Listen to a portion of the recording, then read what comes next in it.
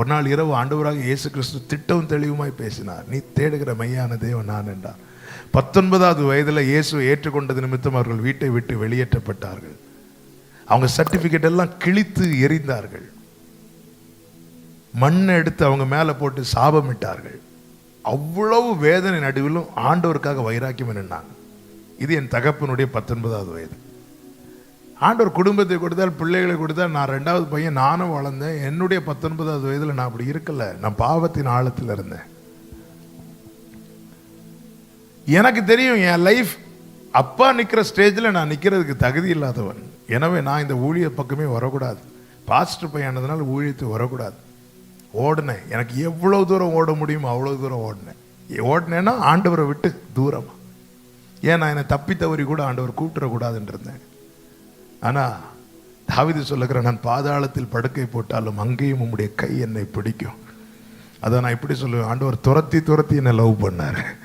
ஹல்லேலூயா. துரத்தி துரத்தி என்னை நேசித்தார். ஒரு கட்டத்தில் அந்த நேசத்தால் நான் சோகமானேன். ஆண்டவர் இப்படி என் பலவீனம், இப்படி ஒரு பாட்டு எழுதியிருக்கிறேன், என்னில் என்ன கண்டீர் என்னை நேசிக்க அப்படின்னு. அதில் ஒரு லைன் இப்படி எழுதியிருப்பேன், என் பலவீனம் அறிந்தும் நீர் நேசித்தீர், என் கூரைகள் தெரிந்தும் நீர் நேசித்தீர், என்னில் என்ன கண்டீர் என்னை நேசிக்க, இப்பாவிக்கு தகுதி இல்லையே என்னே சூவே. என்னுடைய பலவீனம், என்னுடைய சீக்ரெட். நான் எப்பவுமே சொல்கிற வார்த்தை, என்னுடைய ஒரிஜினாலிட்டி என்பது உங்கள் முன்னாடி நான் இப்படி ஒயிட் ஷர்ட் போட்டு நிற்பதல்ல. என்னுடைய ஒரிஜினாலிட்டி என் பர்சனல் ரூமில் நான் கதவு பூட்டிகிட்டு இருப்பேன் தெரியுமா, அதான் என்னுடைய ஒரிஜினாலிட்டி. இனி என்கிட்ட சில ப்ளஸ்ஸஸ் வெளிப்பட்டதுனால, சில ப்ளஸ்ஸை வெளிப்பட வச்சதுனால என்னை கூப்பிட்டு பயன்படுத்துகிறாங்க. ஆனால் என் வாழ்க்கையில் நிறைய மைனஸ் உண்டு.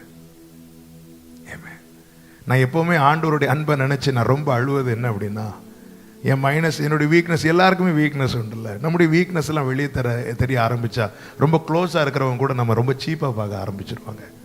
ஆனால் இது எல்லாம் அறிந்தும் அவர் நிற்க வச்சு அழகு பார்க்குறாரு பார்த்தீங்களா?